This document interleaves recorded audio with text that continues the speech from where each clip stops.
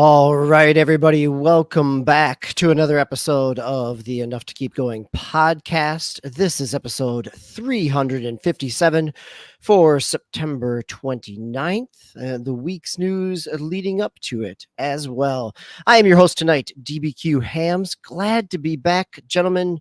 Thank you for holding down the show last week. As I was off celebrating my birthday and running a half marathon through heavy rain. So, but not the QTE PlayStation 3 era heavy rain, but that works out okay. Joining me tonight, also, before we even get to our hosts, we should probably welcome the person who is here before the rest of us, and that is Hero Down Under over in the chat. Thank you, Hero, for being here. Thank you, everyone who is watching and listening. Joining me tonight on the mic is Towmaster99. Tao, how are you? Doing well. Thank you. Happy birthday, by the way. Belated birthday. Thanks. No problem. And Game Logic, as you're shifting keyboards and equipment back and forth. How are you doing tonight, sir? Doing good, man. How are you guys? Glad to be back. Glad to be here. So let's go ahead and get started. Tao, you're going to lead us off tonight because you've got the newest game on our list of main GX stories. So again, every week here on Enough to Keep Going, we hit a couple of the games we've played the most this past week. Then we cover some headlines that stood out to us. And we follow up with any other games and experiences that we've had over the course of the week. Tao, the game that you have on your list came out on Friday, and this is the new Zelda. This is Legend of Zelda Echoes of Wisdom. This is the kind of puzzle-based with Princess Zelda in the, diorama-esque style of the Link's Awakening remake from about 5 years ago or so. So you picked it up. How far are you? Is it a true Legend of Zelda that there is some over tutorialization before you get into anything, or does it kind of toss you in and let you play? Oh no, you go through a tutorial at first, so which is fine because you kind of have, I think, different mechanics than past Zelda games. And this is probably like one of my first like top-down isometric. Well, I guess not asymmetric, but top-down Zelda games I've played thoroughly. I was more into like the 3D ones. I've always been. I never really liked the older ones, and even like the remakes and stuff. I never really got into. But this one, kind of cool, just because of the different mechanics you can do. Very Scribblenauts-esque, where you can like, I don't know how you would say it. You can control, or you can actually get the echoes, I guess, hence the name, of different objects and even some of the enemies in the world, which is actually kind of cool. And then you kind of figure out when you're going through like dungeons or even just going through like the little world itself, just trying to figure out little puzzles and stuff that you can use these objects and such. So it's pretty cool so far. It's and I had to look this up like just now before the show, but Grezzo or Grizo, I don't know how you actually pronounce that, as the developer, and they did. I've usually heard it as Grizo. Yeah, who's also done things like Yoshi's Woolly World and a couple other kind of tangential Nintendo franchises. Yeah, help with Link's Awakening and Triforce Heroes and some other games back in the day on 3DS and stuff. So I didn't recognize the name just because, like I said, I didn't play those games. But yeah, so yeah, like I said, you go through the tutorial. It's not super long. Like I probably finished it under 10 minutes, I think, even maybe a little bit less. So it wasn't not too obtrusive like in some games. And then they kind of just let you out to go into the world and not necessarily an open world. There's sections they kind of open up for you and stuff like that. So obviously, there's like a guard here where I couldn't go at first, and then all of a sudden, oh hey, yeah, you can go, you can go this way and stuff like that. So so it's a little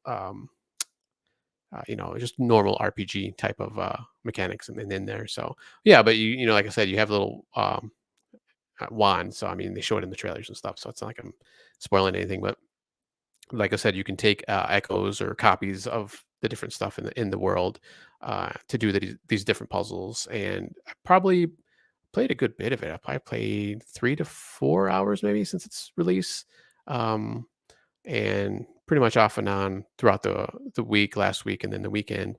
Actually, I think I think it released on Wednesday last week, which I was yeah, I did because I was kind of surprised that it wasn't a Friday release. Did it And release? I know the embargo dropped on Wednesday in terms of the reviews, no, but yeah, it released, yeah, because I cool. thought it was kind of weird, yeah, that it was releasing on a Wednesday, and not the usual Friday. 'Cause I knew it was coming out from me and Game Logic had talked last week, said I was more than likely going to pick it up, and I was just expecting Friday. I hadn't looked it up at that point, but then I saw one of the other discords saying, "Hey, this is coming out tomorrow." I was like, "Oh, okay, cool. I have a few more days that I can actually play it." And like I said, I'm thoroughly enjoying it. Like I said, it's that kind of top down like diorama, like you mentioned, art style. I've seen some, I guess, fervor online that there's some graphical hiccups here and there. I haven't seen anything. I played it primarily on undocked, so handheld, like I normally do. But I did put it in the dock, and I did see a little bit of slowdown when I was in like a desert area, and there's a wind, kind of wind going on. You can kind of see like the swirls of the wind, and there's like tumbleweeds, and there's all kinds of stuff going on in their environment. And I did see a little bit of slowdown once I hit the enemy part, when there was probably like I don't know, like three or four enemies on screen at the same time, and then obviously myself. So it's kind of a lot of going on. So I did kind of stutter and slow down a little bit. But I've seen people saying there's like frame rate drops and stuff like that. I haven't seen that, or maybe I just didn't notice it. I mean, a lot of times, I've unless heard a it's little bit of that in the reviews, but it seemed more like it was occasional and not kind of yeah, systemic. yeah. So yeah, like I said, if it's something that's obviously it's happening, every like a minute or two, or a few minutes, I'm gonna notice stuff like that. But yeah, I haven't really noticed anything like that. I've been pretty smooth for me, especially on handheld. So it looks really nice. Obviously, when I blew it up, I had on my 4K TV because that's where I had my Switch dock right now. You can see kind of jaggies here and there, and a little bit of outline of the characters and stuff like that. But it's like smoothed out when you're playing handheld. So I was fine with that. And just for some reason, I was like, let me throw it on the TV. Let me just see how it runs and how it looks. So that's why usually I don't play handheld, or I don't play docked, but I just figured just to test it out to see. But yeah, but thoroughly enjoying it. Obviously, from the trailers, Link is gone for now, and you're trying to rescue him basically, along with the kingdom of Hyrule. So nothing spoily Do there. That's all in the As you're trailer. going through the world, does it feel like there's a correct answer to the puzzle in terms of, dropping in a moblin or bricks? Or does it feel, one of the things I've been reading about it and seeing is that there is a little more flexibility in terms of how you attack a problem, that you could come at it from some multiple different ways, that it does have a little bit of that kind of Breath of the Wild creativity aspect to it. Are you noticing that? Are you feeling that? Yeah, you definitely like. I know a lot of people before the game came out were like, "Oh, you can just put tables everywhere, or beds or whatever, and you'll you know solve 99% of the puzzles." But no, you can actually have to think about. And I'm actually stuck right now in one of the puzzles because I'm trying to figure out what to do. The one nice thing too is with the echoes. I'll just call them echoes for now. The copies is they give you a little like 2 or 3 sentence blurb on each thing, so it kind of tells you like what it can do. Like obviously a table and a chair or something like that. Obviously it's just going to be for, jumping on higher things and stuff like that. But then some of the mobs, some of the enemies or the enemies you can copy, they have different abilities. Like there's a fire one, there's birds and stuff that so they can't get hit obviously from like a rush attack or like a bulldoze attack towards you because they're in the air, so things like that. So they do give you that at least too. So you can kind of figure out, I was like, okay, this guy can do this, that, this can do that, and other things like that. So and then there's been puzzles like so there's like a big, basically like a boulder, and it's like super heavy. So obviously in water, that's just going to sink, or in sand, depending on the sand. It can just kind of go through it, and and you can kind of jump through that to get to certain areas and stuff like that. So yeah, you definitely there's definitely like one way you can do it, but there's multiple ways that you can go about it if you want to. If you get really creative, which back in the day, I think it's a little bit better than Scribblenauts because like Scribblenauts is like you just put God in, and you can like solve all the puzzles because he's obviously gonna do everything. But here you actually got to think about it, and to get these puzzles done. Like right now, the puzzle I'm stuck on is there's an item or something that I have to reach up on this high platform or high kind of like column of like boulders, and it's like I can't just do a bunch of chairs or a bunch of beds or anything, any kind of like random objects, because you only have certain limit, which is nice. There's certain limits of how many copies you can put out. So each copy has like a little, I think it's like a little triangle, obviously for the Triforce, above its head, and that kind of tells you how many of those you can put out. So I think when you start off, you can only do, I think, 2 items, depending on what it is, depending if it's only like a one triangle or 2 or 3, whatever. So, but now I've upgraded that to at least 4, like 4 one triangle, uh, items or some or people or whatever. So it there is that kind of like balance to it. So I can't just put like infinite amount of chairs or infinite amount of birds or whatever, stuff like that. So it's actually kind of nice that they've balanced it out. And you kind of think, oh no, this is Nintendo. They're not going to just let you do whatever you want. So it's actually kind of nice that they put that check in there. Nice. Has your son been playing? How's he No, finding it compared to? yeah, he doesn't really play single player games. He's more of a Okay, just multiplayer person. So he doesn't do a lot of single player games. sounds good. So it's Does it only seem me like for right something now. you're gonna chip away at, like you do with a Pokemon game, or does it seem something like you're gonna stay invested in until something pulls you away? Well, I'll probably be playing this until the end of the month. A few more weeks until Black Ops 6 comes out. So then that's going to pull me away for sure. But since it's on the Switch, I mean, I can play it. Like whenever. Like I mentioned, like if my wife's watching something, I can jump into that. Or if I have to commute to the office, which I do every once in a while, I could do that on the train. So I'll definitely still be chipping away at it even when Black Ops 6 comes out. So it's I found it fun. Like it's just really fun trying to figure out these puzzles, just like when I used to play Scribblenauts, trying to figure out what I need to do more than just, using 1 or 2 things all the time. Like, yeah, you kind of do that at the beginning, but then, like I said, it definitely gets a little bit more. You got to think about stuff. So having a good time. Cool, great. All right, next up is Game Logic. Game Logic, you picked up a game, or you are playing a game that came out this past May, and I'm not quite sure how to pronounce it. RKGK. Uh, One, it looks really stylized, and kind of fluid in the action. Um, how's the gameplay, and what caused it to pop up on your radar? Well, first, I'm going to need you to deposit some dollars in the swear jar because I do have questions about Echoes of Wisdom. Oh, okay. Well, then we will delay your game to come back to. So, what are your questions for Tao? So number one is, so I mean, what is it? I mean, is it because when we talk about RKGK, one of the things that we're going to talk a little bit about is genre. Like, is this so in my head as I observed this game coming out, I was kind of thinking it was a platformer. Is it a platformer, or is it like a Yoshi's kind of crafted world, kind of a task or objective oriented game, or like what is it? No, yeah, it's definitely not a platformer in the traditional sense. You do some jumping around here and there, which I don't know. Well, I guess there's been jumping in Zelda games before, right? Or I don't know about the top-down ones, but Link's Awakening's had some jumping in the okay, in the top down ones. There's a little bit there because okay. sometimes it goes like 2D. This to me has always it feels, and this is what I'm curious as well, Tao. It feels like a puzzle focused 2D Zelda, like a top down Zelda. It still plays in that type of world in terms of moving through Link's Awakening, uh, Link to the Past type of landscapes, but instead of combat, you have you're bringing in these echoes. Yeah, it's definitely more of a puzzle type game. Like I said, it does have a dedicated jump button, which I was kind of surprised that. I don't know, maybe I don't remember the 3D Zeldas. I guess there's kind of jumping and stuff, um, but yeah, you're definitely going around doing more puzzles. A lot of talking, which like I kind of gets to me sometimes. But I think that was more at the beginning, especially. There's a lot of kind of going back and forth between the not two characters, but the different characters that you encounter. I mean, And then of course, kind of along the lines of the you know voluminous exposition that I dislike in JRPGs. Is that kind of what it's trading on?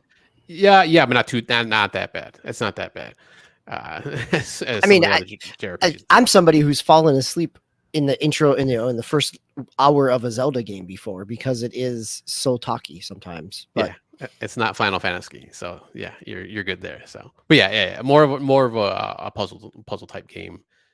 Some light. It does go into like 2D uh, screens, just where you're going either up or down, right or left. So it's not a free walking around and stuff. Like when you're in the overworld, it's usually like when you're in a cave or something. It goes to that perspective. So, but I mean, you're not really. It's not really that type of game though. Your other questions? No, that was it. That was it. Oh, I thought you had mean, like a whole series of questions to be well, like hammering him with. I do want to. I think maybe I won't open up this particular keg tonight. I do think. Go ahead. We got time. I think at some point, like as we close out this year, we need to have a discussion about. It's been 7 years, right, with the Nintendo Switch. Yes. And the release cadence has been questionable sometimes, right? Just in terms of like it's they always play with it, right? It's like just on the edge, and then something kind of comes in, and I think overall, like my sense of it over the last 7 years is that right that's exactly what it's been, right? It's right at the cusp of when people who are first party fans of Nintendo, that's the whole reason they own the Switch. It's right at the limits, right, where it might bug them. But Nintendo catches it, right, and I think now, like I said, sometime in the next couple of months, it's time to kind of look back and look at the last 7 years with the Nintendo Switch, right, and really evaluate. Because we're about to turn the corner into Switch 2. I've obviously taken this opportunity to exit the space, right? And so the question is has that release cadence and has the first party content, particularly given that so much of the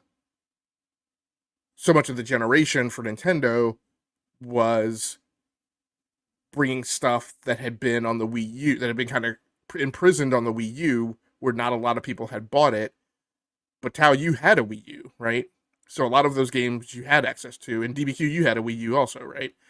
So you guys aren't in the population, like I was in the population where, like, I was like people constantly kind of complain about, oh, well, this game. I'm like, if it was on the Wii U, it doesn't matter to me. It's a new game, right? Because I never had it. So I don't know. But like I said, I don't know that we are in the right place to get into that tonight. I think it's a good conversation to come back to after we get more in Luigi Brotherhood coming out in November. I think it's a realistic question. I think it is also for me, it's nuanced in terms of the cadence has been somewhat consistent, even if it is not necessarily always strong in its lineup. And so I think, and that's part of the challenge of, this and Brothership or Brotherhood feel like the biggest games from Nintendo as a first party. But, let's come back to that in terms of being able to kind of take a year look at that and see. I think it's also, there will be Nintendo fans who will say the cadence is so much better than Nintendo 64. But again, whether that's a realistic bar to measure things against. So, all right. But Tao, any final thoughts on Echoes of Wisdom before we turn the mic over to Game Logic? Nope, you go ahead. All right. And Nate, thanks for joining us tonight as well. Game Logic, you teased a little bit. We both did until we came off of the subject of what you've been playing. RKGK. Again, describe this game and how it showed up on your radar. Yeah, so this game showed up on my radar due to my so I think you guys know, and maybe some people know, I have a recurring like timer, right, that goes off that tells me, hey, go to OpenCritic, go to Metacritic, and surf right past. Like I constantly criticize so many people in the gaming community who like never get past the first page of Metacritic, right? But I track, like I look at all the games that come in and score over an 80 throughout the year, and then I pick various points throughout the year. Typically almost like when I go new game shopping, it's not solely when a new release comes out, like a big game that everybody knows about comes out. I periodically go and look at all the games and periodically like research, like in kind of groups of 10, games that score an 80 or above, and see which ones I might be interested in. So as it so happens, this was one of those occasions. And now I go and look at that list, and I isolate down to just PC, right, which makes it a little more reasonable to kind of harvest things that are going on. so I did, check out this game, went and researched it, looked at some of the gameplay, and thought, this might be interesting to go take a look at. I definitely think this is in the kind of platformer space. I mean, it's a 3D platformer. It gives off a lot of vibes similar to Mirror's Edge, as well as Hi-Fi Rush. And so the basic premise is it's dystopian future. It's everybody was happy and dancing to techno and graffitiing all over the place. And then the big bad, Mr. Buff, came along and beamed his signal to these screens. You see one here at the top of the gameplay video for our video listeners, for our video watchers. For our audio listeners, you can check out this gameplay video over on my channel, Rounding Off Infinity on YouTube. But you go and you paint those with graffiti. But he's beaming his signal to those screens and kind of putting everybody in kind of a deadpan trance or haze. Not, it's definitely an ode to the obsession current society has with screens. And so you're out to liberate everyone from their obsession with these screens and kind of being lulled into complacency. So you go through various levels. The level, one of the things I really like about this game is the level. I love the level design. The levels are immense. And I mean, you are, at scale, you are very tiny in comparison to the levels that you're transiting through.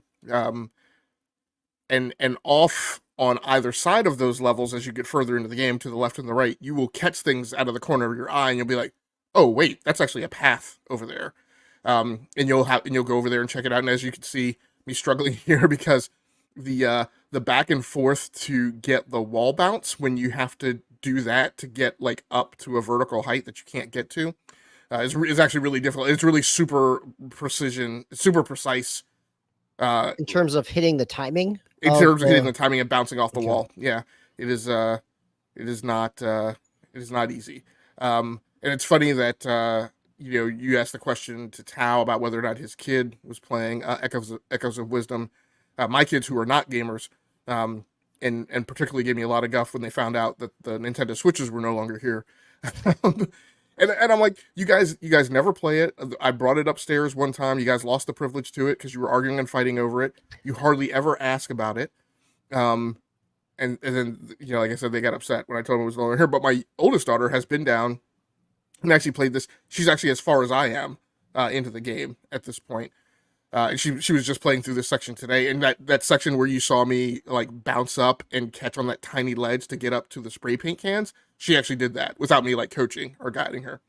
So, like I said, as you can see here, like the scale of these spaces is immense. So, there's a lot of precision required to get to some of the areas, but the game also scales really well between hitting like super casual challenges and just getting through the level versus pieces and parts of the level that like I said are require an incredible degree of accuracy. But basically the shtick is you go through the level. The level is timed. You will typically go through the level and just accomplish it. Well, let me back that up. Depending on the type of gamer you are, I go through the level and actually engage with all of the various challenges and stuff that I can find that are within reason. Every once in a while, I'll hit something and I'll be like, "Screw that!" Like I'll come back to that later on a second run. But then you can go back and you can speed run it right for time. So there's lots of different challenges. Finish a level, are you trying to get to a specific location or collect a certain amount of something, or how does that? You're trying to get to a specific location. So like you can see down below the ledge there's a large screen that I had just graffitied. So there's a mixture of large screens and small screens. The large screens are a requirement. The small screens are just extra like challenges and pickups and gidunk. And then once you get past the larger screens, sometimes there's one on a level, sometimes there's three. Once you get past the larger screens, you will find a path to get to a tower. And at the end of you're trying to get to the end of each stage and get to the tower and blow up the tower. And that completes the level.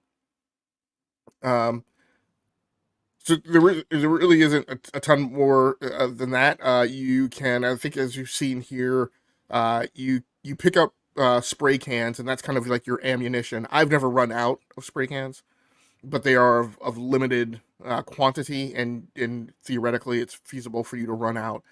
So you have to keep a steady stock of them in order to spray the screens. As you're But doing the boosting, it looks like you're like Splatoon like painting the ground as well. Is that using up your spray can, or does that serve a gameplay purpose, or is it just a stylistic choice? It's just a traversal choice. So you only use the spray cans as ammo to spray the screens. When you are surfing the paint, that does not consume spray cans. When you are using the spray paint to boost, to get vertical, or at least kind of fall slower, is the real physics Sure, effect just of in it. the clip there, you were kind of boosting and hovering for a little bit. Yep. Yeah, yeah. You probably hover for like a couple seconds, but then over time your altitude will descend. So you can't use it to like maintain a consistent like altitude all the way through. Eventually you do start dropping. Um, but like I said, you can surf. You can hit the B button and you can do a quick dash, and you can do that either on the ground, and you can also do it in the air. So for instance, like my daughter was playing this exact challenge here today, and she got clipped by one of the screens because she didn't quick boost across the chasm like I just did. Um, so and then you hit the RB button that allows you to mount the rails. And when you're on the rails, you can lean forward to keep your speed, or you can lean back to kind of slow down. So it's kind of like grinding. So that's the other thing I think that this gives it off is it gives me off some vibes of Ali Ali World as well. Which obviously I have a lot of nostalgia about that because I played so much of it on so many different platforms. And then of course that studio was closed. So Yeah, um, that's where I think the Hi-Fi Rush type of feel comes in. yeah, Yep. yeah, yep. And Hi-Fi Rush 2 it's not a rhythm-based game, but it has a Oh, lot of the I'm same kind thinking of of background music. Cyberpunk Bomb Rush, or the one that came out last year that was kind of like oh yeah, the Dreamcast and Sega games of, but yeah. Anyhow, continue Jet on. I'll Grind. look it up. Yes, Jet Grind Radio and Jet Yeah. Grind Future. Thank you. Yep. Yep. Yeah. All that kind of stuff. But yeah. So you hit these screens, and then you will typically go. Let's see if I take off here. I should be going behind the screen now, and there you will typically find the path to the tower, and then you will take the tower out. There are boss battles, so I've hit I think two boss battles at this point. Yeah, I think I've hit two boss battles. One was like pretty super easy, was just kind of getting your feet wet kind of boss battle. There are cosmetics in this game, so you're picking up coins. You can take the coins back to your hideout and use them to purchase like outfits and stuff like that. There's no microtransactions or anything like that. There are these little ghosts. You can see the blue score collector thingy indicator on the level. There are ghosts on each level. I actually don't know. I don't remember what they told you the ghosts actually do. But you could find those. They're hidden throughout the level. You'll hit points where there are certain areas you can only get into. Like they're sealed on the side, so you have to figure out how to get up above the opening at the top, and then drop down into it. Like that's where I found one ghost before. This is your hideout. So, and then there are apparently a bunch of characters that you encounter that you'll start kind of collecting, and I think that they grant you stuff. Like you discover Alma first, and she's the one who sells you outfits. She supposedly goes off to other parts of like the world or something and gathers material, and then comes back and makes these outfits. And there's a little art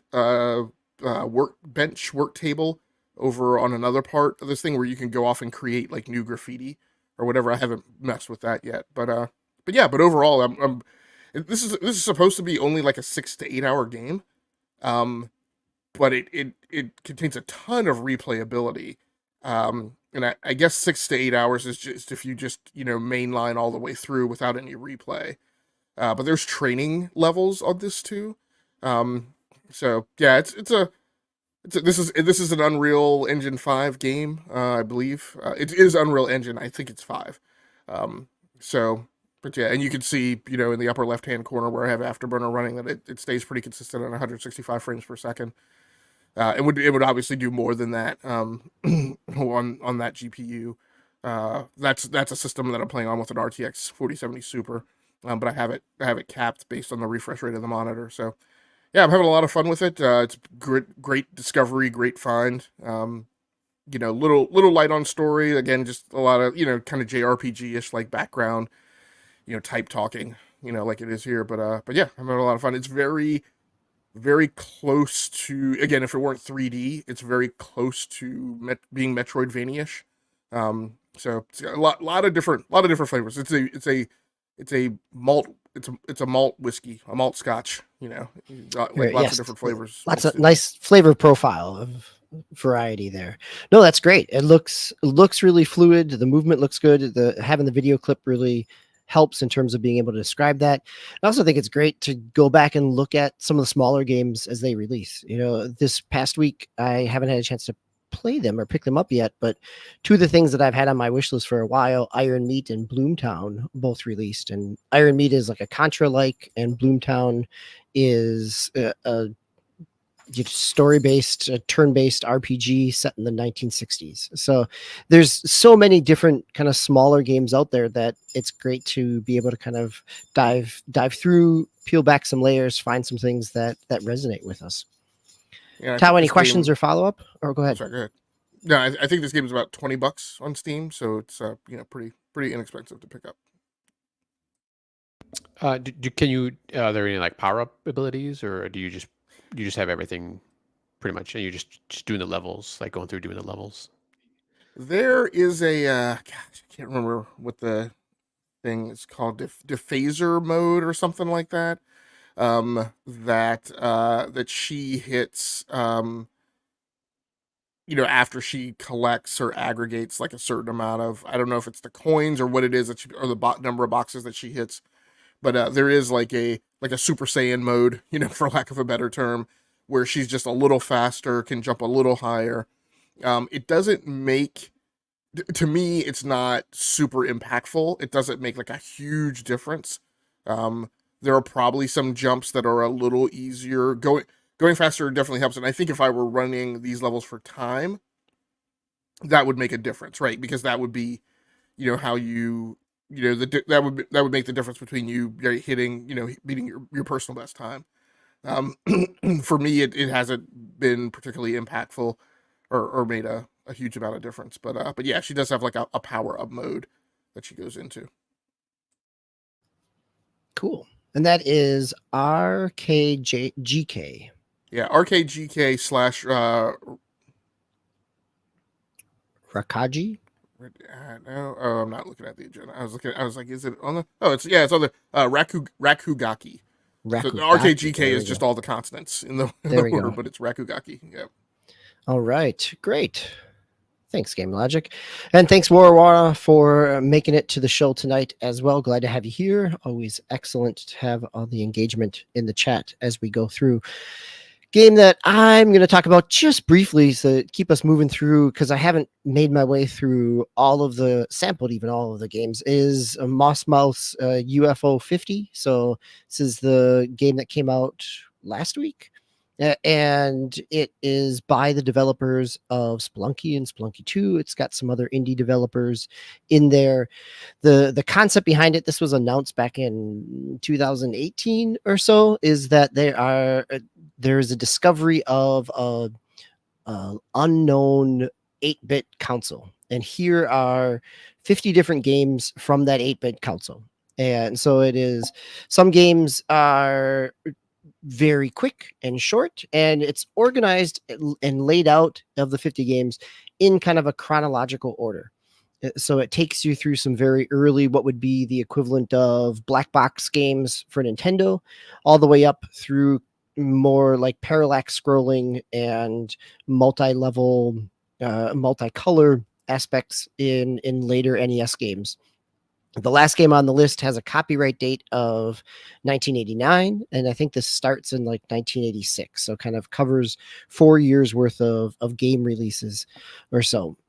It is I'm really enjoying it, but I also feel like I am enjoying it because I have nostalgia and memories of renting 8-bit games, right? And getting stuck with a stinker over the course of a weekend, right? Like, this is a game that the box art looked really good and you rented it and you can't figure it out, or you get stuck, or there was a little something in Nintendo Power about it and that's why you got it, but it doesn't make any sense. I also am the person who knew about, River City Ransom, rented it, couldn't quite figure out the gameplay system, could run all the way to the end and find what should be the ending, right? So part of this is if you have some appreciation or nostalgia for 8-bit game design, and it has a little bit of everything in there. There's some sports games in here.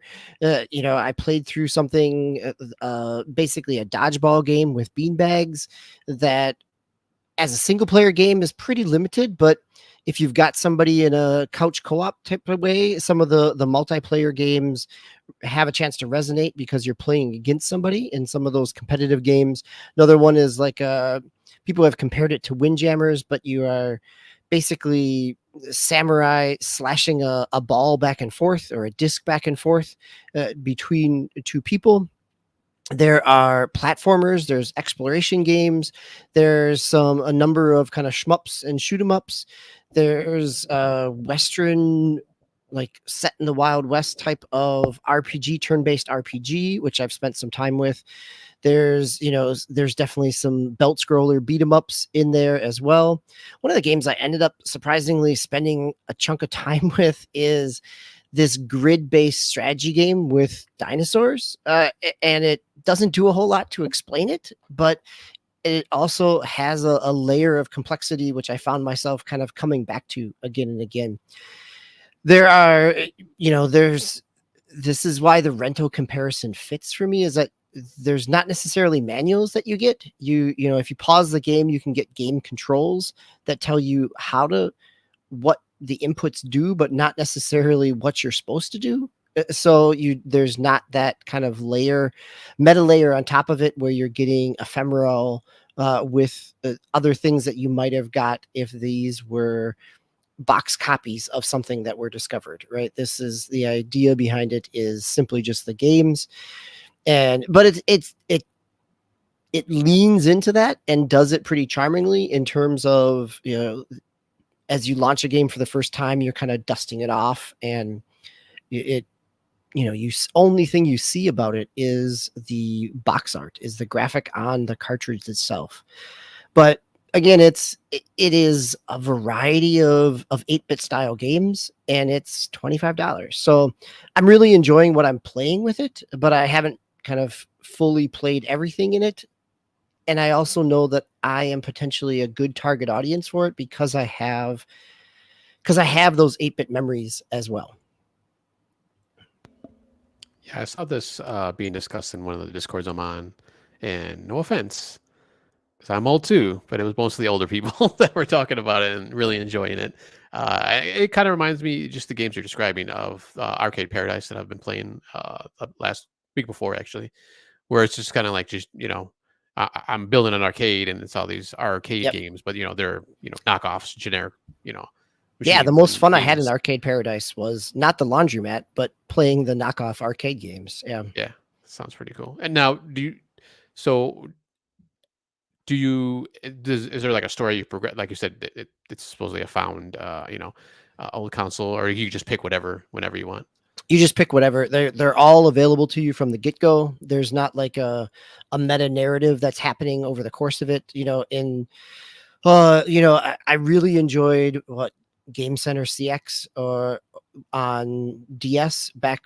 It was that kind of it's similar to an 8-bit, but it gave you kind of little snippets of different games, and it went through, you were basically playing game challenges, and it was centered around the Game Center CX series in Japan in terms of playing hard old video games, but that had a kind of a meta layer narrative to it where you were kind of progressing through the lifespan of this console. Where here it's there if you it's there if you not even look for it, but if you understand game design or you can appreciate game design, you see it, right?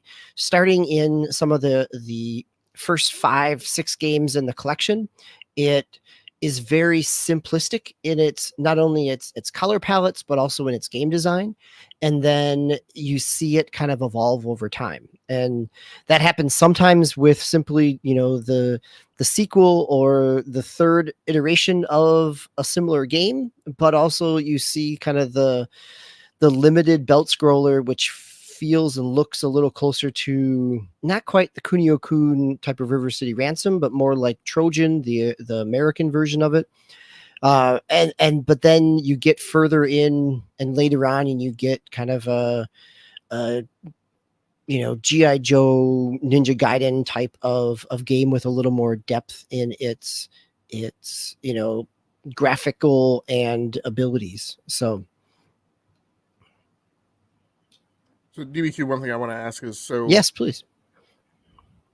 You have Apple Arcade, and I would believe that there's a ton of these games in Apple Arcade. Some might say that I might believe that there's, say maybe 50 games like this in Apple Arcade. So, so one question before we dive into that. So you're playing this is gameplay on controller, I'm assuming? Yeah, I'm playing it on the Steam Deck. It's only out on PC at this point. So, yep. Okay. So because I also wanted to know if it pairs well, like a fine wine with a good cheese, with like a retro controller on PC. And I don't know. I assume there's an 8-bit do controller that's like retro for PC, but I would think it would. I mean, because it's a 2-button input. So I've been using the D-pad and not the analog stick because they're all, digital controls. And, you've got 4 buttons on that, but you're only using 2 of them, or 2 of them do the exact same thing. So it is very much an 8-bit do, or, a retro 2-button controller would fit very well. So back to my opening question. So what made you feel like, I'm guessing that you've played a lot of similar fare on Apple Arcade and that it's available there. I'm just wondering what made you feel compelled to go after this one on PC, to kind of fill kind of the same niche, or do you feel like this is differentiated from those mobile experiences? I feel it's different from the mobile experiences. Like, yes, the Apple Arcade, as it's gone back and done some of the re-releases of classic mobile games, there are some of those things there. In some ways it feels much more like I'm emulating a whole bunch of things than I've downloaded a whole bunch of things on Apple Arcade. Like it feels much closer to that first time that you discovered emulation and downloaded a bunch of ROMs that you never owned and kind of picked your way through them and didn't necessarily have the same level of commitment of like, oh, I'll play this for a little bit and I can jump out and play something else.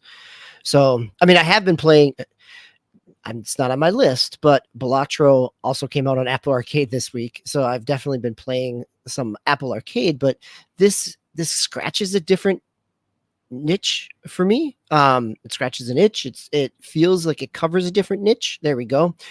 And I think the other piece of it is because it is, as Tao asked, because it does kind of wrap this in a chronology, even if it's not formal, that it is interesting to play through, to jump around and to see the evolution. There are things like I was reminded of Star Tropics in one of these games. So like if you have a memory and experiences with a wide variety of Master System and NES type of games, there's a number of things in here that kind of resonate.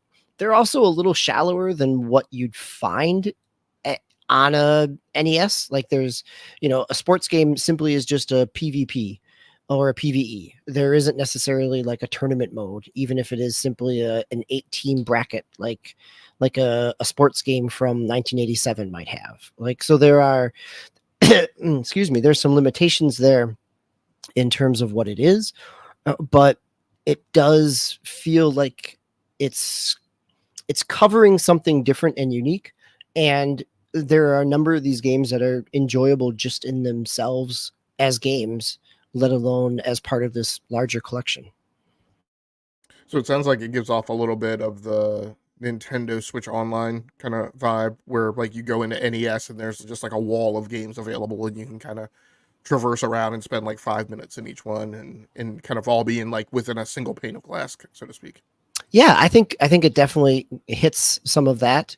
One of the things that I'm noticing in some of the games is that it also has a little more complexity than maybe it might or it makes some design choices that make them a little more favorable and modern than you would have seen with a 1987, 88 type of game. While it still might play that way, it does a few things that make it approachable to some degree for a modern audience. Yeah, and we don't have to get into it, but I do want to mention that, so this game comes in, and it has anybody on the crew played Animal Well? Yes, I've played some Animal Well. Yep. Okay, all right. Well, hopefully have you talked about that on the show?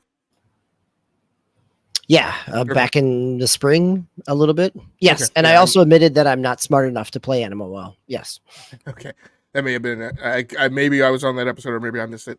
But so this game comes in, and it, along with Astrobot, knocks Animal Well off, because I'm pretty sure Animal Well was like the number 2 game on Metacritic so far this year. It was fairly well up there. It's still number 5.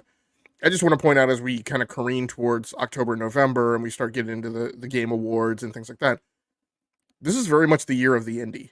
And so if you look on the front page of Metacritic right now, you have Astrobot, which is not an indie, I know, but I'm still gonna mention it because the point is it's a smaller scale game. It's not a big bombastic AAA Michael Bay summer blockbuster kind of game. So you have Astrobot, UFO 50, Animal Well, Satisfactory, which I've picked up but haven't had a chance to play yet. Balatro, DBQ mentioned. Thank goodness you're here. Tsukishime.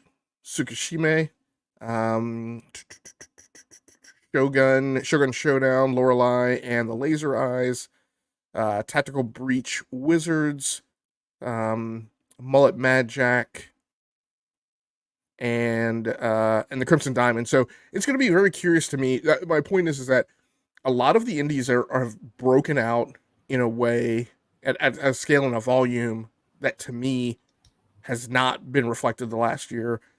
The vast majority of the games that are really in the gaming conversation, once you get out of like these console echo chambers, is not about the big AAA like first party kind of games. It's really about these things. Tons of conversation about Balatro, which just came out of nowhere.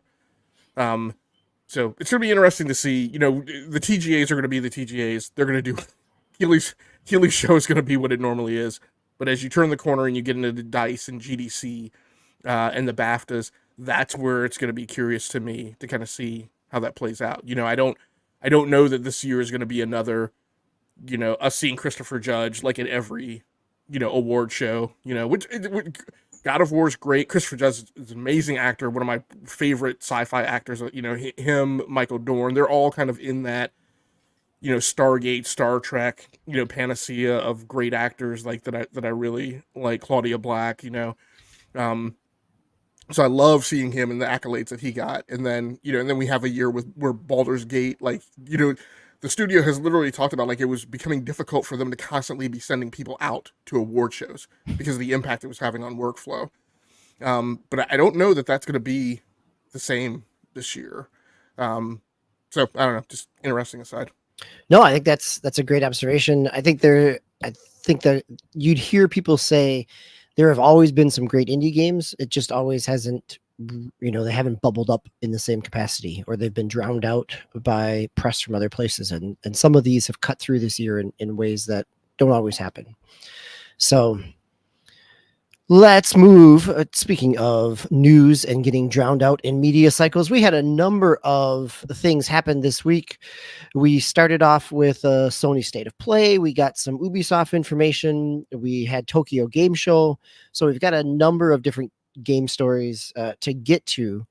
Tao, do you want to start us off with Sony's State of Play? Yeah, and I'll just, like usual, just kind of pick games here and there that I thought were interesting. So first up, we have some updates for Astrobot. Now that you guys were talking about earlier, got some new online speedrun levels, and also some new bots that you can get based on Helldivers 2 and Stellar Blade. Pal World is out now on PS5, so the lawsuit's not slowing them down. They're still releasing on different platforms. Probably not going to come on a Switch, but at least we'll have it on. Also, Be very not cautious. Be very cautious, consumers, about making choices about how much. Well, there's no there's still no Yes. microtransactions in Power. No. Okay, never mind. It's You're, just you're like a safe. full on, get a full on game. Yep. But Pal early World access. is not launching in Japan on PS5. It is because of the lawsuit, or at least, they happen to coincide, but it's launching in other territories. Yes. Right. Yeah. So you got that. We had some release dates for some games that we knew about, but we didn't know release dates. So Monster Hunter Wilds coming out February 28th of next year. Monster Hunter Wilds had a bigger show. Capcom had their own TGS show on Thursday morning, maybe, and spent a lot of time with Monster Hunter Wilds. So, yeah, it looks really good. I'll probably end up picking that one up. I'll play with my friends because that's a good co-op game. Lego Horizon Adventures coming. I don't know if we had a release date or not for this. I know it was coming out sometime this fall, but November 14th. Yeah, it's the first time that they've given a date. Yep. Okay. Yeah, November 14th for PC, PS5, and Switch. Got Horizon Zero Dawn Remasters coming out October 31st this year. We had. So let's smush that together with the follow-up story that happened, right? Horizon Zero Dawn, the remaster, was announced here during the State of Play. Back in May, Horizon Zero Dawn was taken out of the PlayStation Premium Plus subscriber piece. And then we get the news story that it's the list price has gone up from $20 to $50. Is that correct? I think it was 40. $40. Yep. Yes, on the PS Store, $39.99. Oh no, yeah, actually $49.99. Yeah. Well, no. Sorry, that's no. I think on the PlayStation 4 store, I think it's 39. Yes, it's 39.99. Yes, it's $39.99, and then the $10 upgrade is the equivalent of purchasing the remaster. Yep.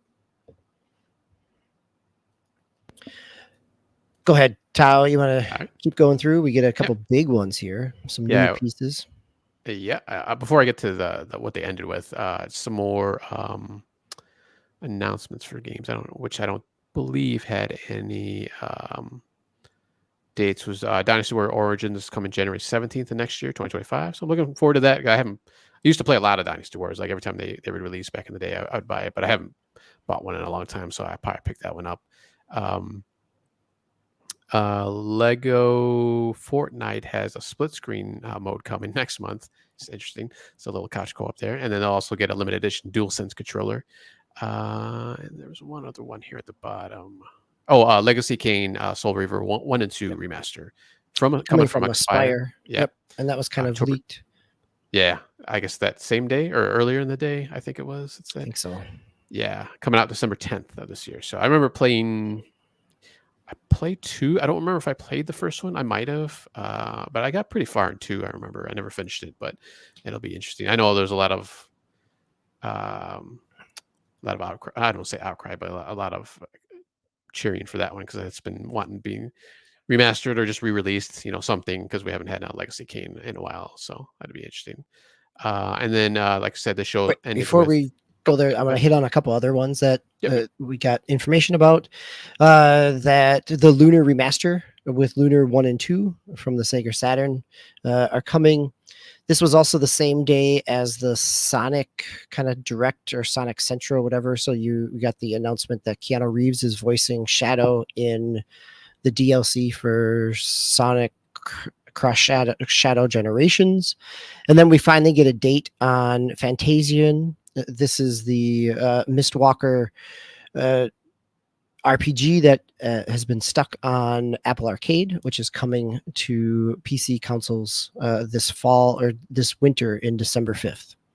And then we get our Sucker Punch announcement. Yes, this sequel to Ghost of Tsushima, which is Ghost of Yotai, I'm going to say. It's coming out next year, sometime next year, so probably more than likely probably fall, but who knows. So this takes place 100 years after Ghost of Tsushima, and it looks like female hero or protagonist, so it's good. Looks interesting. I want to pick up Ghosts at some point on PC, so eventually I'll probably pick up this one too. So anything else that you guys picked out from the announcements? It's a good amount. So yeah, it was a good amount of things there. Game Logic, I know you are just in your PC space, but is there anything here that stuck out to you or surprised you? The only thing announced here that I was interested in was Monster Hunter Wilds being out next February. Looping back on the Horizon Zero Dawn thing, and I wasn't sure, DBQ, if you were trying to smush that together or we were covering. Yeah, go ahead and yes, we have that announcement or the news story as our second one here. So go ahead. Yeah, the thing that has been sticking in my craw is just the PlayStation approach to the PC is just kind of obtuse right now. Like, and I'm not one of the people who like the whole PSN sign up requirement to me is not a big. I already have a PlayStation Network account. Like, whether you sign up for these individual accounts or not, there's still a thing. Like Baldur's Gate.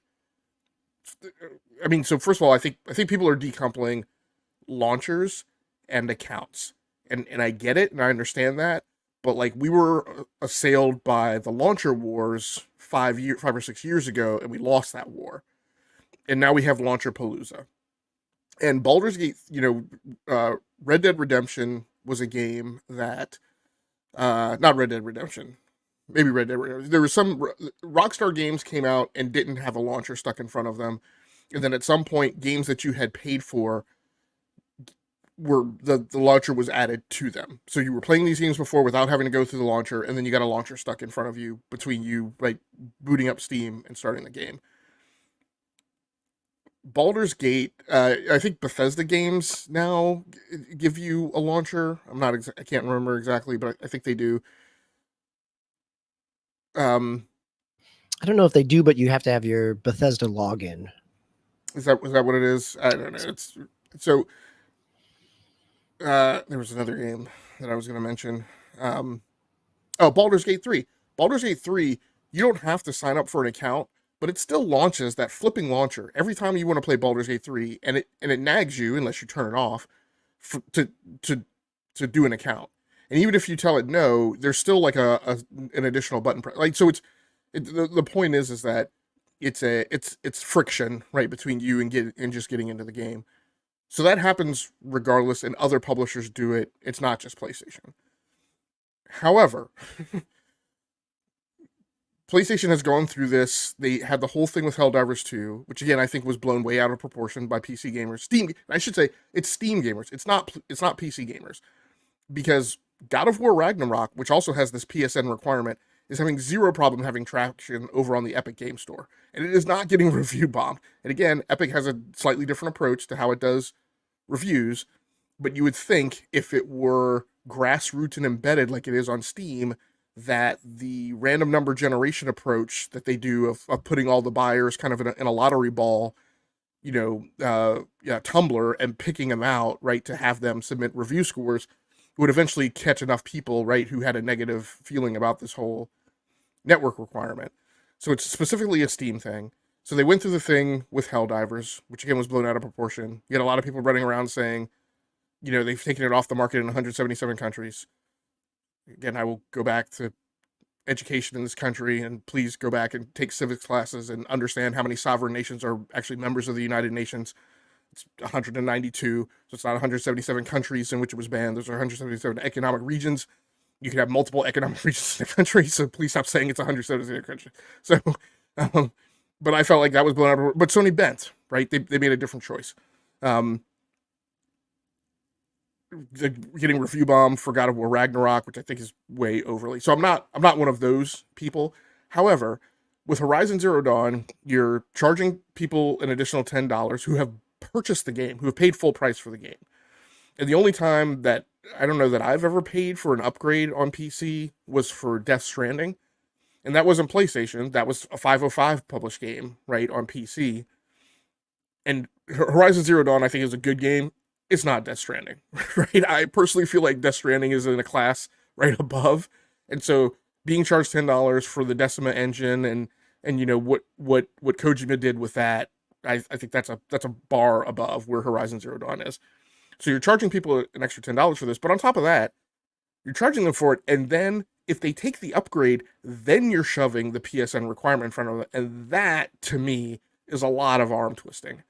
And you're doing that in the face of just having gone through like 3 different review bombs on Steam.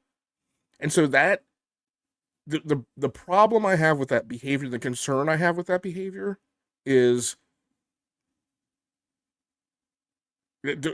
people shouldn't take this the wrong way. I'm only using this analogy because it's to convey my sense of it, right? No, I'm not going to use that analogy. But when human beings do things after being presented a deterrent multiple times in a row to their behavior and refuse to change their behavior, that's a point where you start getting concerned, right? If you're raising a child and you provide your child negative feedback, and on each instance of negative feedback, they fail to change their behavior, that's a problem, right? And so Sony continuing down this path, despite all the negative feedback it's getting and the negative signals and the negative impact it's getting, and not averting course whatsoever, that's just, I don't know, leaving us in a weird place. So we'll see how the drama continues to unfold, but it's the business model and approach is concerning to me. I want to pick at that maybe a little bit, or at least try to define the biggest concern that you have there. Is it's that the PSN requirement comes after you've purchased the upgrade.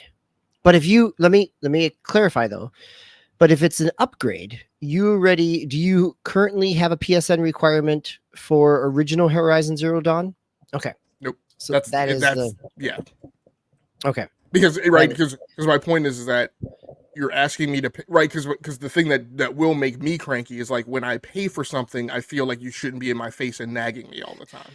See, but my question, and I think this is how I'm approaching it, is that this doesn't feel like an update. This feels like a remaster. This is a separate SKU.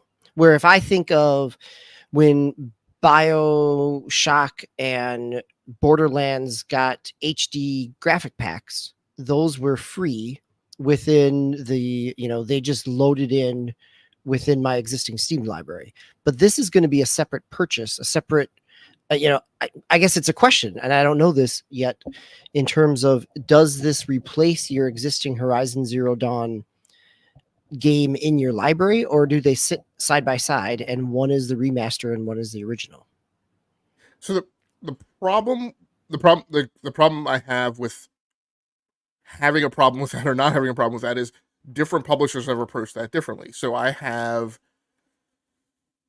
can't remember the examples that I rattled off of like a list of examples of people like Crysis has done this, BioShock has done this, Divinity, Larian Studios have done this with the Divinity series, and in different occasions, you like when they did it with The Witcher, that just replaced your copy of The Witcher, right? Your copy of The Witcher was upgraded. At other points, I still have the copy of the old game, right, in the other one, and it's such a slicing of onions when you can like so PC has run the game, like Crisis is a remaster, right? BioShock is a remaster. Those things were given to you for free. and while we classify it as a remaster, because I guess somebody was trying to argue with me that yes, those were remasters, but they weren't as impactful or substantial. I think it's really crazy, right, to put a patient on the table and slice things that thinly with a scalpel. But I will also say my point is, if you even want to contend that, my point is on PC, you get the improvements that constitute, I would assert, 70 to 90% of what goes into what is called a remaster. You get that content just as a patch, right? Tons of games upgraded to 4K assets years ago, and they didn't charge you anything. And a lot of those times, I think we've talked about it on the show, it happened to games that we were like, why in the world are they adding 4K assets to that? Is that studio even still around? You know? So, I mean, again, it's my I think my overall point in this is that PlayStation is taking what to me is a very console-centric business approach to the PC landscape, but hyper specifically to Steam. And Steam is not the console space, right? They don't wage that amount of influence. They don't have that level of they don't have a reputation and a gravitas that to me warrants and is commensurate with that level of moxie. And so, you know, them walking around swinging that big of a stick is just really, you know, it's like I said, we'll see how the drama continues, you know, to unfold. When you look at some other publishers, you look at EA, right? The stuff that they pull every year and they get away with it and people still buy their stuff. FC, like Football Club, like the incredible, you know, the best selling thing, GTA, yada, yada, yada. So, but to me, even still, like artistically, PlayStation definitely has chops, right? But size of franchise wise on PC, PlayStation to me doesn't warrant. They're not the equivalent of a Madden commercially, right? Or a GTA commercially, but the behavior to me still feels the same. So again, we'll just see how it continues, but it seems very obtuse and very tone deaf in a lot of cases. I appreciate the PC gamer perspective because when I heard the $10 announcement, I'm like, oh great, I'm going to pick that up. But because it's in line with what they've done for things like the Uncharted Lost Legacy collection that had 4 and Lost Legacy in it, that it was a $10 upgrade. It was a, you know, I believe it was a $10 upgrade to get the release. That may be on console. I mean, but for PC, yeah, right. I mean, this PC is I'm thinking yeah. of it as a console player from a console space, and you're coming at it from how it's been approached at a variety of publishers on a PC space. So it's a valid and a very important piece of the perspective to have in the dialogue, because if PlayStation is trying to live in both of these worlds, taking the same approach doesn't necessarily fly in both spaces. Right. Yeah. And it's tough because Xbox's approach is PC and the console are the same, right? So they do game preservation, backwards compatibility, all this stuff, right? It's the Microsoft Flight Simulator 2024 is to me the first time that this is like a weird kind of boomerang, right? I mean, we just had the announcement that all of the past, I guess, DLC plugins and packs and stuff are compatible with 2024. And like, fine, we got the announcement that it's a separate game. But even as they're announcing, I'm like, yeah, really, guys? Is that what we're really doing? Because it's the same code, like as proven by the fact that all your past DLC is compatible with it. So I don't know. It'll be interesting to see. To me, the Xbox has been honing most closer to the traditional PC model. PlayStation is just in this mode where they're going to make people pay for everything, and that's fine, right? That's their brand, and that's a fine business approach and business model, and it has worked for them. They're definitely kind of in this uncanny valley where they're starting to get some donkey kicks right from the Steam community, and like I said, it'll just be interesting to see how it plays out. All right, Tao, let's get you back here on the mic. Game Logic opened the door for Xbox, and Xbox had their Tokyo Game Show presentation as well. So you want to walk us through some of those announcements as in addition to what we talked about with PlayStation?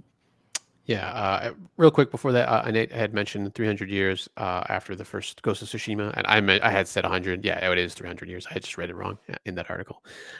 So yeah, some announcements from the Tokyo Game Show. So we got the first look at the first expansion for Age of Mythology, which is called Mortal Pillars, which gives us the Chinese mythology characters into the game. So that should be cool. I'm trying to see. There's no release date for that. I think what I saw was 2025. Okay, yeah, it was for next year. So I'm excited about that. So some new country to play around with. We got the announcement of StarCraft Remastered and StarCraft 2 will land on Game Pass PC on November 5th of this year. So never played the original StarCraft, but I had one of my friends had roped me into StarCraft 2, and actually it was pretty decent. It was pretty good. I actually enjoyed it a lot. Reminded me of the old RTSs back in the day. So I'll probably jump on that again once it comes out, even though I haven't. So, but I'll just get it for Xbox. There's some But wait, Square it's announcements. coming to PC, not Xbox console. It is just PC coming Game to Pass. Game Pass on PC. Yes. Yeah, Okay. PC Thank Game you for the Pass, yeah. clarification. Yep, November 5th. There's some Square Enix games I'll get to in a second here that were dropped on Game Pass. Let me just do a couple more things. Dragon Quest 3 HD 2D remakes coming out November 14th of this year. We got Fragpunk, which is doing a beta on October 10th, which is kind of hero shooter, but you can use like cards to give yourself abilities and stuff. So we'll see how that fares with, some other hero shooters that didn't do quite well lately, but we'll see how that one goes. That's just the beta, so that's not the full release. There was some more. Trying to see here real quick. Sorry. Okay, then I'll just get into the Square stuff that came out. While you're looking there, we also got the announcement that Indiana Jones and the Great Circle will be localized for Japan at release. Yep. And then, yeah, just to go on to the Square stuff. So there was 8 games announced for Xbox, 2 specifically for Game Pass that came out that day. The first 6 are from Final Fantasy Pixel Remaster. So that gives us Final Fantasy 1 through 6. And then Legends of Mana and Trials of Mana are coming out or have come out for Game Pass already. I actually tried to jump into Trials of Mana. I was very confused at the beginning. I couldn't get it out of the first area, even though it just said, like, look around. I forgot what the name of the area you start in, and I couldn't figure it out. So I'll jump back into that one probably at some point. And then we also got Katamari Reroll. Yep. Yeah. Katamari Damacy Reroll. Yeah, Katamari Reroll On Game Pass. Yep. Also already out. So 3 games they dropped on that same day. So that's kind of cool. And then there was another game. Sorry, let me just scroll up here real quick. It's like a puzzle game. All You Need Is Help, which Yes. is out on Game Pass as well. Yeah. Yep. So co-op puzzle type game. So all on And Game it Pass. also dropped the Metaphor Refantasio demo. They announced it here on Xbox, but it's out on the demos out on all platforms, and it carries over with for the full game. And there was a anime style battle royale that looked kind of cool. Asurang, I think that's how you say it. That's coming out sometime next year. So definitely probably check that out when it comes out. Anything else that you two want to call out? We got a release date for the Suikoden remasters. So Suikoden 1 and 2 coming out in March of 25. Game Logic, anything that stood out to you? Starbites, which is Yep. sci-fi turn-based RPG, and Synduality, Echoes of Ada, which out in January of 2025. It is actually a PvPvE extraction shooter. So again, I contend that extraction shooters are not going to be big and huge, but this is an indie. So interestingly enough, only coming to console. So unfortunately, I will have to look at that from afar, which is a really interesting play. Weird. I would maybe a timed release, right? It only lists Xbox at this point, but I would guess that with something that's a shooter, it certainly seems like it makes sense to get it out on PC as well. Yeah, I mean, you're going to deploy the game to a player base of 27 million people. Like that just doesn't make any sense to me. Like remotely, like whatsoever. So in January, when everybody's going to be playing all the games that they picked up over holiday season. So like I don't, yeah. I mean, hopefully it will survive long enough to get to PC. But yeah, that's just a really weird. It's coming out for PC also.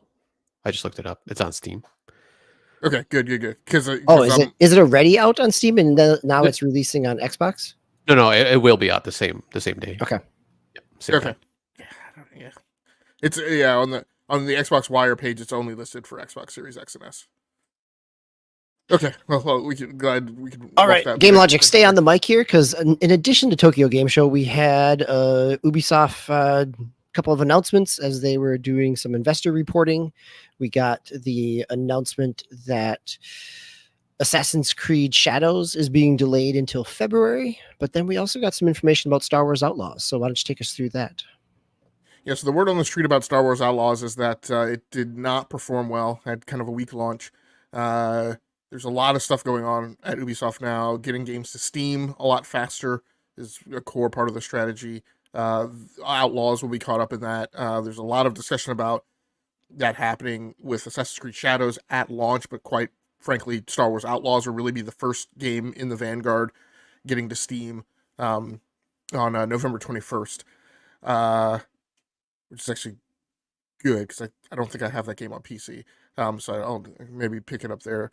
So the roadmap, I mean, they call it a roadmap. I work in software development. This doesn't constitute a roadmap to me. This constitutes a mid-range plan. So there's a title update, which is a patch out next week or this week actually. Then there's a title update, which is a patch out later this month.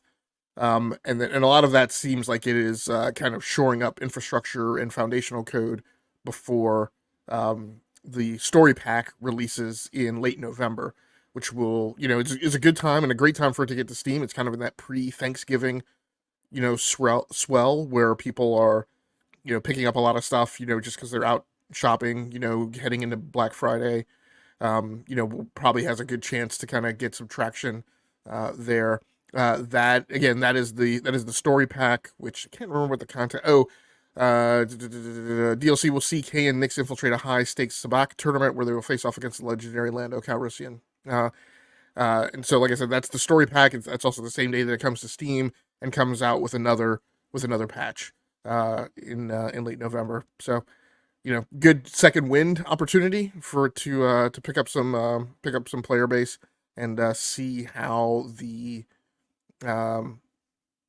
like the episodic content and the what I want to call it, the expanding world or whatever of Star Wars Outlaws, to see if that gets some traction out on the market. Yeah, I haven't really gone back to Star Wars Outlaws since that first week, and so now I'll be interested to see what the improvements are, and like you said, getting it ready for holiday season seems pretty logical in terms of. I wonder what the marketing will be around it. Like if they treat this as almost a a kind of a refreshed release, and put some additional spend behind it, since there's not a whole lot else that's coming within their catalog during the holiday season. I mean, other than perennial game of the year, Just Dance. So, all right, Game Logic, Tao, any thoughts here on this one? No, I was just thinking like I know like for their multiplayer games, a lot of times they can kind of bring those games back. If they have kind of a stumble on the start, of release. But I was trying to think of if they've ever done that for like any kind of single player games. Like I know kind of like the Far Cries are always pretty solid when they first come out, but it seems like this one, I don't know if they can really do anything to kind of lift it up like they do with their multiplayer games. Well, I mean, this is massive entertainment, right? So this is the shtick that they do with the Division and the Division 2, right? Where they did maintain, a loyal player base. And again, yes, that game was a game that had a PvE element to it that wasn't very big, but did have a PvE co-op element that I think, kept a lot more people engaged. But this is the shtick that they did with the Division 2, right? With periodically releasing DLC, kind of along the lines of of a Destiny 2, except that their chapters were not all paid. Like their one big expansion pack was paid, but then they also frequently dropped new missions and new content that I think was just free. Um, but I don't know if it's gonna. Star Wars Outlaws does not seem wrapped in the same veil that the Division 2 did. I mean, it's not a co-op game, so like I don't know how much how much legs it's gonna have to it. Is this DLC paid? I was trying to see in the article, but it didn't really say for Star Wars Outlaws. No, I think these are all just updates more than it's treated as a. I think I'm. Go ahead, Game Logic. Yeah, more on the story packs. It's like I guess like a new story. So you'd figure, I don't know. Like it doesn't say. There was a season pass that was available. Like unlike the announcement for Assassin's Creed Shadows, where they're moving away from the season pass model for that. This was sold with it, so yes, there is some content coming at some point. Yeah, Ubisoft confirmed that both story pack DLCs will be available to purchase separately, as well as be included in the game season pass. Yes, so it is paid. All right. So either pay up or no Lando for you. Let's hit our final news story here, Game Logic, because it is Ubisoft related and it very much ties in with some of the pressure that they had around the shutdown of the crew no longer being playable, and also a recent announcement, which I saw when the Crew 2 went on sale for $1, is that developers are working on a fully offline mode so that the game can still be playable if the servers go down. But this is only limited to California, correct? So what's the news story here, and why does this trip your news radar? So this story over on PC Gamer, a new California law inspired by Ubisoft and Sony requires retailers to warn consumers that the digital games they buy can be taken away at any time. So obviously a big, byline going around in the zeitgeist is this whole topic of game preservation, and the buy physical people are all doing victory laps now because their games can't be taken away.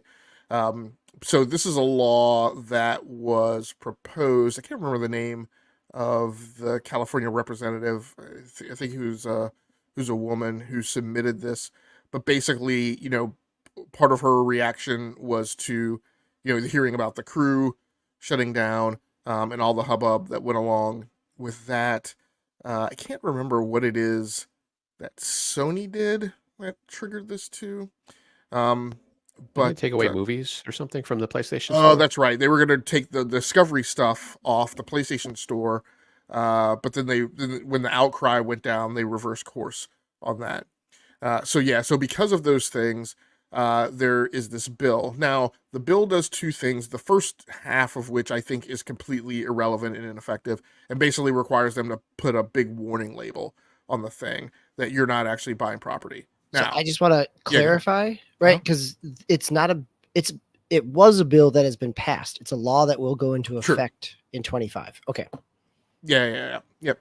So the first half of it that requires them to put a big warning label on it. Now we're pressed for time, so I won't get as propeller headed about this as I've gotten in the past. But look, if you go back and you read legal history, and you go back hundreds of years ago and you read about the concept of property, you will find that historical perspective and what has led to the laws on property does not include philosophies that in any way apply to software and video games in the way that we procure games now, even when they're on a physical disc. Particularly given that a lot of the physical discs that you buy still have some requirement to be connected right at some point. Even after they're installed. Quite honestly, as again, like all the buy physical people, you guys who buy digital are dumb, people who are running around waving their terrible towels, quite honestly, the people who are the best off are the people who are buying digital games from Good Old Games. they're the ones who are likely to be the least impacted by, people pulling games away. But the big tripwire in terms of the legal historical perspective on property is something that you can purchase, obtain, and possess, for which no one can tell you or alter the way in which you are able to utilize that thing, right? So by and large, and even that, right, is on shaky ground, right? Because the U.S. government can tell you there are things you can do and that you can't do on your property, right? But by and large, right, it's this notion that you buy a thing and thereafter you come into ownership of that thing. Nobody can tell you what you can do with it, right? Nobody can do anything which alters the way in which you're able to use that thing. And that is by and large not the case with software. And quite honestly, for decades, you've purchased software, whether on disc or whatever, or digitally, that has been reflected in the EULA and all the other literature around that thing that says that you are buying a license, you are buying a permission to utilize a thing for a period of time. If you dig further into it, you will see that there are other things that are not reflected by the ways that we normally buy property, such as the fact that if you ever look in the warranty information, vendors tell you that they're under no obligation for the software to even work on the platform you buy, and that they are not under any obligation to refund your money for it not working. So by and large, you've never been purchasing property, and this is a thing that I've tried to explain to people multiple times. But regardless, they're now going to give you a warning label. My feeling is they've always given you a warning label. It's just that either it was buried or people, even when people did see it, they chose to ignore it. So I don't think that does anything. The thing that is going into effect now is that the digital products, the line is that the digital product has to offer a permanent offline download to an external storage source to be used without a connection on the internet. And that is the thing that has the potential to be revolutionary. Now, like you said, DBQ, this is only in effect in California, but much like emissions laws, the hope is that when manufacturers, software developers, or whatever produce a thing that has to be functional in California, they tend not to make California-specific products. All cars, right, are compliant with California's emissions laws because nobody's going to absorb the cost of making cars just for California and then cars for everywhere else, and then have to have the whole regime about how do you deal with a car that was, purchased in California, but then the person moves or somebody out of state buys the car. So this is likely to have effect across the entire industry. And if you're not aware of how big of a footprint California has, and Brat pointed this out to me, so credit to him, the GDP of California and of Texas, by the way, is typically equivalent to that of most nations outside of the United States. So that is why when decisions are made in California, it has this ripple effect across an entire industry. So, we'll see how it goes. Yeah, definitely something to keep an eye on. All right, we are hitting our 90-minute mark, so let's just quickly touch on game and Tao. Let's touch on each one game that you've also been playing this week. Tao, why don't you start with the Bloodline? It looks like that you've talked about this game before, but it just had an update here in September. Yeah, I just started playing it last week. It's been out for a little bit. Early access, actually been out for about a year on early access. Still just tooling away, doing quests, side quests mostly right now. Just going across the world. Yeah, just doing a lot of times, like when I mentioned last week, is there's things going on like around you as you're kind of traversing the overworld, like zombie hordes or there's a bandit or stuff like that. So I'm kind of doing a little bit more of that and just kind of building up XP and building up XP to get like different kind of, I guess, currencies, which I don't know if I mentioned last week, where you can, level up your different weapons or you get different abilities and stuff like that. So just kind of doing that right now through the Bloodline. Great. Game Logic, what else has kept you busy this week? Yeah, so I just broke out my wheel and pedals and started playing Assetto Corsa Competizione, which I had been playing mostly on console, but it turns out I have the game on Steam. I just hadn't played it there, so started playing it tonight. Got through the tutorials and stuff, and the tutorials are kind of a grind. Not really reflective of of how competitive you'll be when you actually start racing. Things seem to change, based on you tuning your vehicle. It tends to be a lot more impactful than it is in the tutorial. So, looking forward to getting started with that in the proper career mode. You want me to do the second one or? No, then we'll just take one and Okay. we're Yep. good. Since I wasn't here last week, I also had been playing the Plucky Squire on PlayStation 5 it's out on a variety of consoles. I'll come back to it next week because as Tao invoked Scribblenauts earlier in the podcast, there's parts of Plucky Squire that makes me wish it was a little more like Scribblenauts, but I really am enjoying its charm, even if many of the reviews are accurate that similar to Zelda, and it does do a lot of Zelda genre aspects. It is also very talky and handholdy as well. So I'm a couple hours in. I'm hoping that it opens up a little bit further. So I'll come back to that next week and share some more thoughts there as well. Gentlemen, any final thoughts before we wrap it up for the week? All right. I just want to Yeah. mention Yeah. I'm going to get back into Fallen Aces. I actually got Steam verified or playable. Actually, I don't think it's verified yet, but you can play it on Steam Deck. So I played a little bit this past week, but it was just like a real quick thing just to see how it was running. So yeah, ran a lot better than before. So jump into that a little bit more. Nice. And that is the first person kind of immersive sim, kind of cell shaded 1940s Dick Tracy like. Yep. It still only has the first issue or first like scenario out. The first chapter, or whatever they call them in there. Yep. All right. So thanks for everybody who joined us in chat. Nate, Warwana, and Hero Down Under. Always glad to have you.